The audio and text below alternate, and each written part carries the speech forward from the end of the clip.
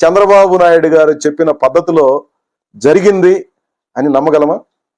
దీని అర్థం ఏంటి?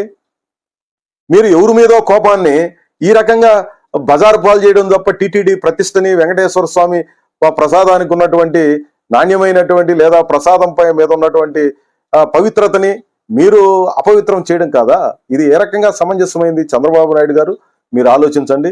ముఖ్యమంత్రి స్థాయిలో తప్పులు సరిదిద్దబడడానికి మీరు ఈ రాష్ట్రం మొత్తానికి హెడ్గా ఉండేది. తప్పులు ఎవడన్నా చేస్తుంటే కఠినంగా శిక్షించండి, లేదా వాళ్ళ మీద మీరు ఏమేమి ఛార్జెస్ ఫ్రేమ్ చేస్తున్నారో వాటి ఆధారంగా శిక్షించండి. అది కరెక్ట్. కానీ ఈ రకమైనటువంటి మీ స్థాయిలో కొన్ని ఆరోపణలాగా మీరు ప్రకటించేసి దాన్ని వివాదాస్పదం చేయడం, దాని నుంచి లబ్ధి పొందాలన్నటువంటి ప్రయత్నం చేయడం అనేది ఏ రకంగానూ సమంజసమైనటువంటిది కాదు. భక్తుల మనోభావాలను దృష్టిలో పెట్టుకోండి. ఉద్యోగాల్ని అవమానపరిచే రీతిలో మీరు వ్యాఖ్యానాలు చేయబాకండి అని చెప్పి నేను విజ్ఞప్తి చేస్తున్నాను. మీరు ఎవరి మీదో కోపంతో ఈ రకంగా చేయడం అని అంటే ఉన్న ఇంటికి నిప్పును తగలబెట్టుకున్నట్టుగా అవుతుంది. అదేదో ఎలుకను పట్టకపోయి చూరు తగలబెట్టారని చెప్పే సామెత ఉంది. మీరు ఎవరినో పట్టుకోవాలని చెప్పే పేరుతో టీటీడీ ప్రతిష్టని బజారు పాలు చేయడం, లేదంటే భక్తుల మనోభావాలతో చెలగాటమాడడం అనేది సమంజసమైనటువంటిది కాదు. ఒక సుదీర్ఘకాలం ముఖ్యమంత్రిగా పనిచేసినటువంటి చంద్రబాబు నాయుడు గారు, లేదంటే చంద్రబాబు నాయుడు గారు ఈ జిల్లాలో పుట్టారు, చంద్రగిరిలో.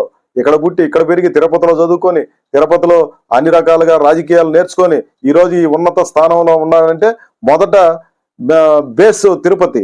అట్లాంటి తిరుపతి మీద భాండాలు వేయడం, లేదంటే ఈ రకమైనటువంటి వ్యాఖ్యానాలు చేయడం ఏ రకంగా సమంజసమైనటువంటిది?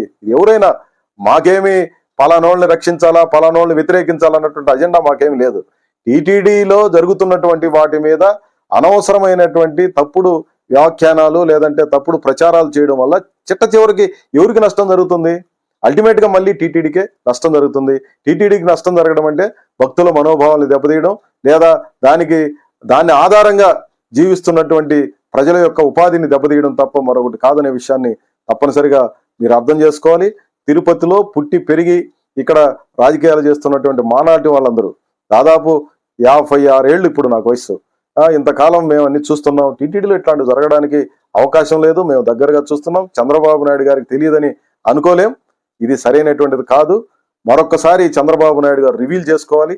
ఇట్లాంటి ఆరోపణలు ఏ రకంగానూ సమంజసం కాదు. దాని మీద ఉపసంహరించుకొని ఇట్లాంటి వ్యాఖ్యానాలు భక్తుల మనోభావాలు లేదా ఉద్యోగులకి హర్ట్ చేసేటట్టుగా వ్యాఖ్యానాలు వద్దు అని చెప్పి నేను చంద్రబాబు నాయుడు గారికి సూచన చేయదలుచుకున్నాను. సెలవు. నమస్కారం.